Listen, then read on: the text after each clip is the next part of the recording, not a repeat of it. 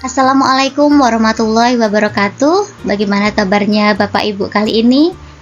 Kami semua selalu mendoakan agar Bapak Ibu diberikan kesehatan dan diberikan kelancaran dalam segala melakukan aktivitas ketika mengikuti PPG guru tertentu kali ini. Nah, Bapak Ibu, pada video kali ini masih di modul 1 terkait prinsip pengajaran dan asesmen secara umum. Nah, mari kita mengingat kembali isi dari modul 1 terkait prinsip pengajaran dan asesmen secara umum. Dalam modul 1 ini, Bapak Ibu akan disajikan 4 topik.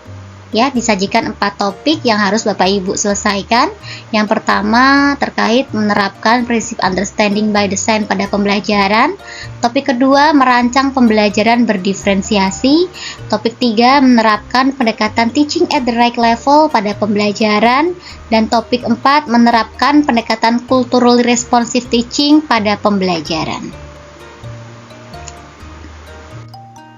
Nah, sebelum kita memasuki bagaimana cara mengerjakan di topik 1 ini, nah, untuk video kali ini kita sudah sampai di alur merdeka di huruf D, Bapak Ibu. Di huruf D yaitu mengenai demonstrasi kontekstual. Ya, untuk huruf M mulai dari diri sudah dijelaskan di video sebelumnya. Begitu pula dengan huruf E, eksplorasi konsep juga sudah dijelaskan, dan R juga sudah dijelaskan terkait ruang kolaborasi.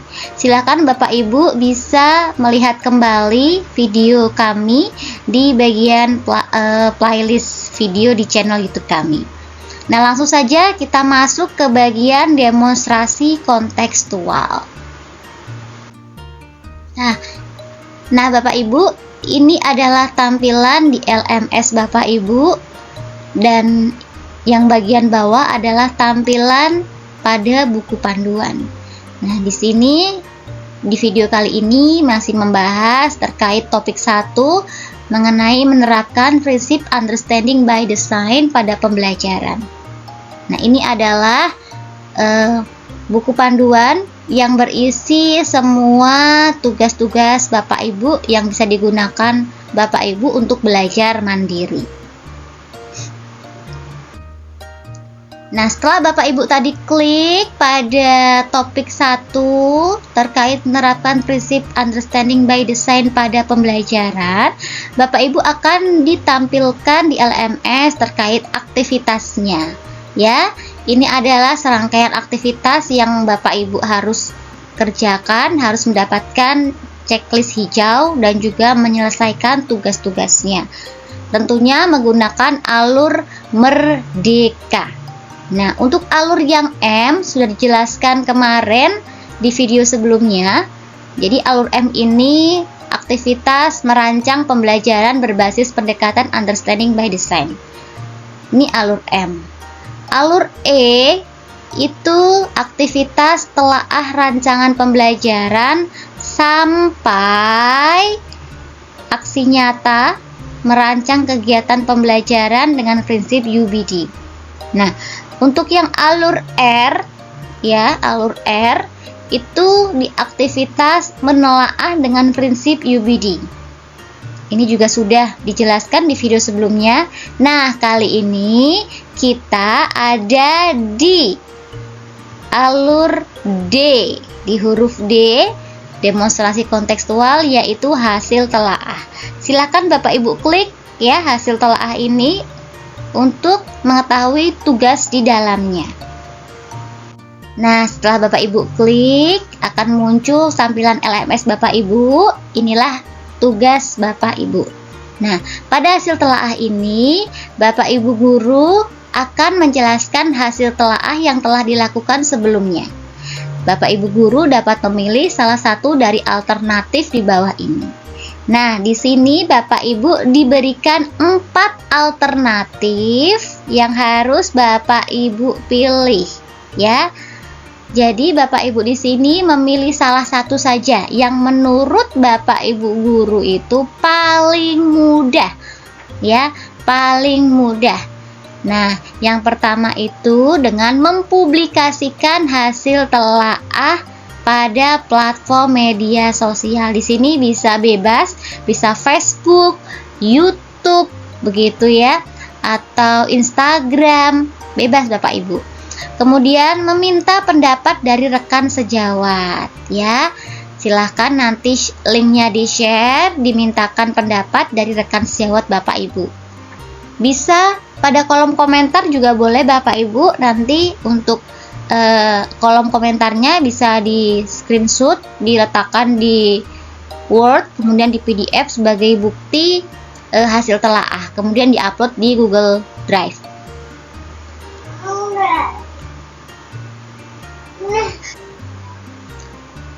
Nah, untuk yang alternatif kedua, ini Bapak Ibu publikasikan di grup jejaring rekan sejawat. Ya, kemudian diberikan tanggapan dari 1 atau 2 orang rekan sejawat Bapak Ibu. Ini nanti akan saya jelaskan di belakang, karena pada video kali ini kami merekomendasikan alternatif kedua. Namun ini tidak bisa dijadikan patokan Bapak Ibu. Untuk dicontoh, Bapak Ibu bisa memilih juga dari 1 sampai 4, bebas. Dikondisikan kondisi Bapak Ibu dan kemampuan saja, begitu. Nah, lanjut Bapak Ibu, untuk alternatif yang ketiga, di sini mempublikasikan di blog pribadi. Jadi kalau Bapak Ibu memiliki blog, bisa diupload di blog Bapak Ibu pribadi, kemudian memberikan komentar di bawahnya. Tentunya publikasian di blog dan juga komentar bisa di-share linknya di Word, begitu, berikan identitas, kemudian jadikan PDF, upload di Google Drive sebagai tugas hasil telaah ya, bukti, begitu. Nah, untuk yang alternatif keempat, di sini Bapak Ibu mempresentasikan di hadapan rekan-rekan guru Bapak Ibu ya, kemudian memberikan umpan balik. Nah, bagaimana umpan baliknya? Silakan Bapak Ibu membuat di Word umpan baliknya. Misalkan judulnya umpan balik hasil telaah modul ajar, begitu. Kemudian diberikan nama, NIP, kemudian jabatan, kemudian umpan balik. Itu sudah cukup Bapak Ibu. Silakan di print, nanti disebarkan ke teman-teman Bapak Ibu ketika rapat dan dimintakan umpan balik. Setelah selesai, itu di scanner dalam bentuk PDF, kemudian diupload di Google Drive sebagai bukti tugas hasil telaah, begitu. Nah, langsung saja akan kami jelaskan terkait tugas hasil telaah untuk pilihan alternatif yang kedua ya. Namun kembali lagi kami mengingatkan, Bapak Ibu boleh memilih alternatif 1 boleh, alternatif 3 juga boleh, alternatif 4 juga boleh, disesuaikan dengan kondisi dan kemampuan Bapak Ibu. Oke? Nah, langsung saja di sini kami jelaskan tata cara bagaimana mengerjakan hasil telaah pada alternatif yang kedua. Nah, Bapak Ibu, namun sebelumnya di sini kami jelaskan bagaimana hasil telaah itu yang mana, begitu ya. Yang mana sih hasil telaahnya? Nah, yang pada tugas sebelumnya Bapak Ibu, pada tugas ruang kolaborasi. Jadi di ruang kolaborasi itu kan Bapak Ibu mengerjakan checklist ya.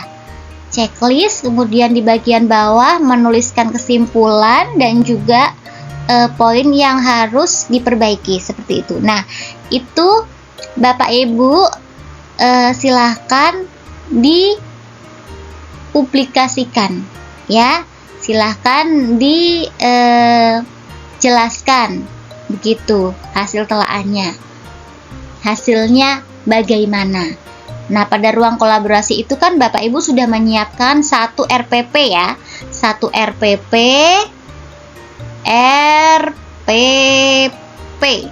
atau modul ajar untuk ditelaah bersama rekan-rekan sejawat Bapak Ibu atau kepala sekolah atau pengawas ya. Kemudian Bapak Ibu mengerjakan checklist. Begitu ya, tugas yang sebelumnya ya. Nah, itu hasil dari tugas itu Bapak Ibu jelaskan di 4 pilihan alternatif ini. Begitu Bapak Ibu. Ya. Nah, ini khusus yang alternatif kedua, silakan Bapak Ibu simak. Nah, ini adalah contoh rancangan pembelajaran. Jadi rancangan pembelajaran baru rancangannya saja, ya, belum dalam bentuk modul ajar ataupun RPP.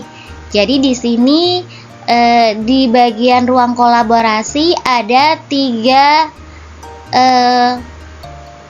yang harus dikerjakan dalam diberikan checklist kan, ya. Yang pertama langkah yang nomor 1 menerapkan tujuan pembelajaran, langkah kedua merancang asesmen, dan langkah ketiga merancang kegiatan pembelajaran. Seperti itu nggih Bapak Ibu, masih ingat ya di tugas sebelumnya di ruang kolaborasi ya gitu. Nah, ini rancangannya, contoh rancangannya begitu.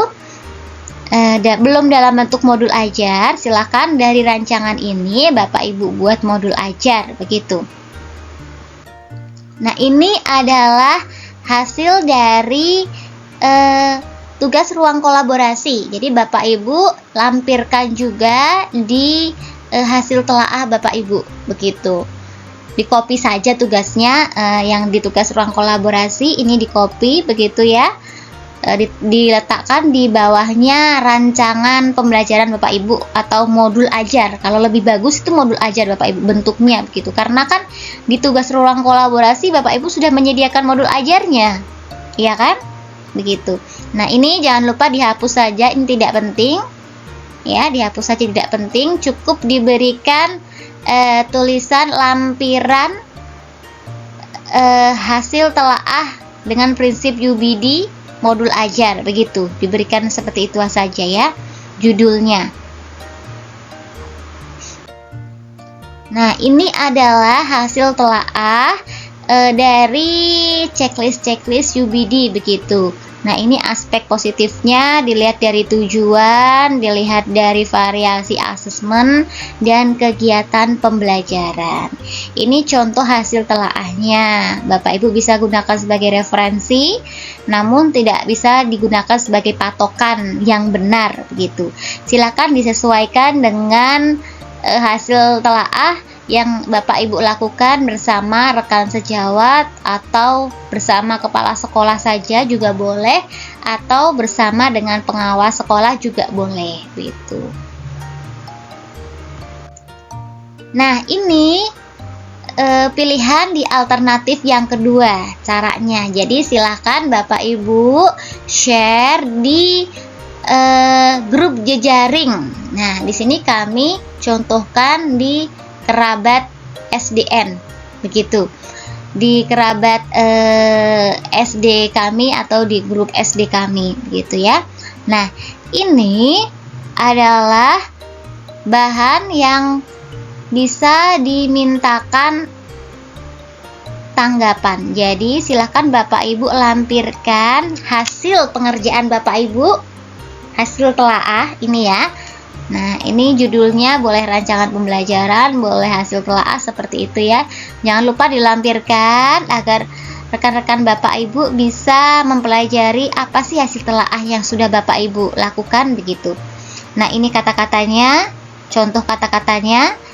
Nah, ini Bapak Ibu, ini untuk memberikan umpan baliknya, untuk memberikan tanggapannya, kami menggunakan Google Form. Begitu ya, kami menggunakan Google Form karena ini kan secara daring, jadi tanggapannya juga formnya secara daring gitu. Nah, ini adalah tampilan Google Form yang dikerjakan oleh rekan sejawat untuk memberikan tanggapan atau umpan balik. Cukup diberikan pendahuluan, kata-kata pendahuluan, kemudian nama dari yang memberikan tanggapan, kemudian bisa diberikan NIP, jabatan, mengajar di kelas, dan bagaimana tanggapannya gitu.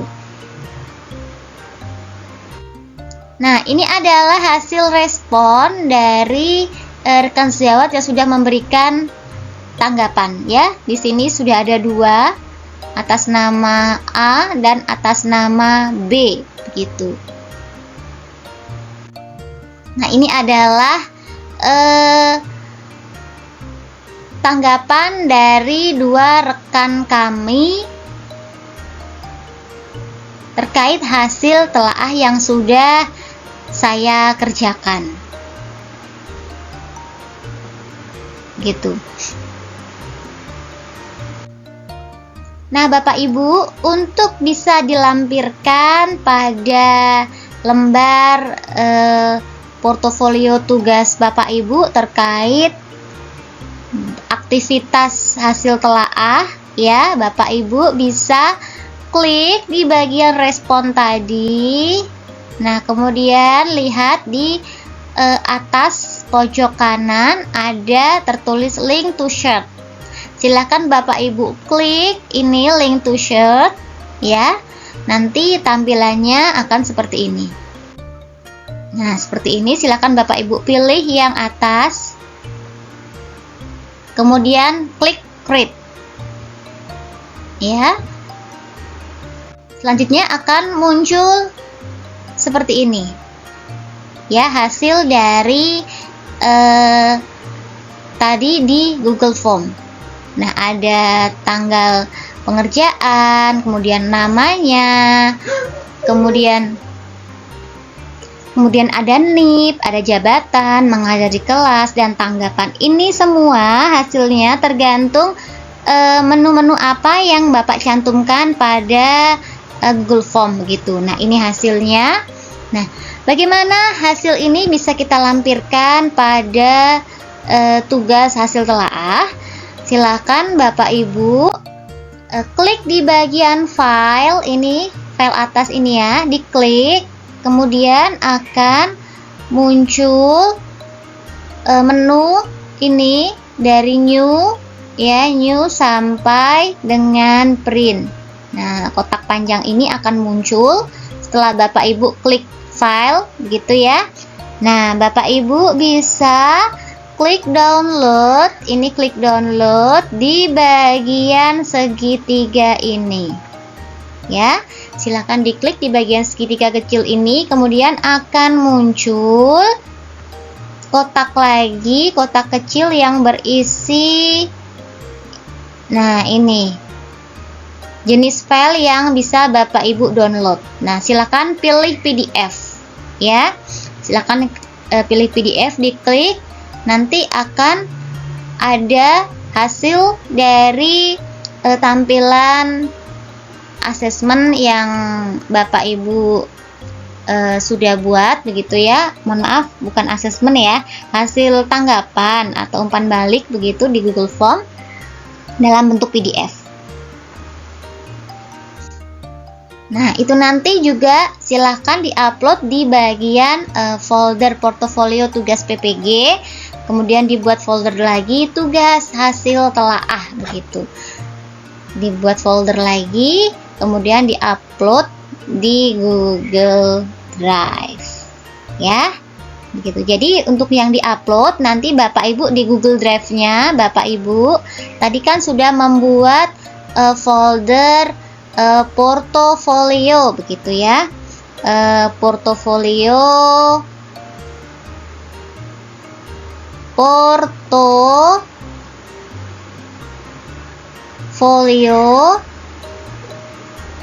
susah ya nulisnya ini. Portofolio tugas gitu, bisa ditulis portofolio tugas PPG begitu ya, atas nama siapa, tahun 2024 begitu. Kemudian setelah dibuat folder portofolio tugas, buat lagi di dalamnya dari tugas alur merdeka ya, tugas mulai dari diri, tugas eksplorasi konsep, tugas ruang kolaborasi, tugas demonstrasi kontekstual. Nah, di sini tugas D. Silakan Bapak Ibu klik kembali yang bagian tugas demonstrasi kontekstual. Di dalamnya itu nanti ada banyak sekali yang bisa dilampirkan. Nah, tadi bisa dilampirkan yang hasil Google Form. Nah, bisa ditulis hasil telaah umpan balik atau tanggapan rekan sejawat, ya lampirannya. Yang kedua, hasil telaah RPP atau modul ajar, begitu. Sudah selesai Bapak Ibu, alhamdulillah untuk video kali ini di Alur Merdeka bagian D, demonstrasi kontekstual. Semoga bermanfaat untuk Bapak Ibu dan mohon maaf jika masih ada kekurangan dalam penjelasan kami dan ada banyak salah kata-kata dari kami. Kurang lebihnya mohon maaf. Jangan lupa di like, komen, share, dan yang paling terpenting Bapak Ibu di subscribe supaya Bapak Ibu mendapatkan notifikasi ketika kami mengupload video terbaru. Begitu, terima kasih Bapak Ibu atas waktunya, semoga bermanfaat, semoga diberikan kelancaran dan OTW kluncing. Wabillahi taufiq wal hidayah. Wassalamualaikum warahmatullahi wabarakatuh.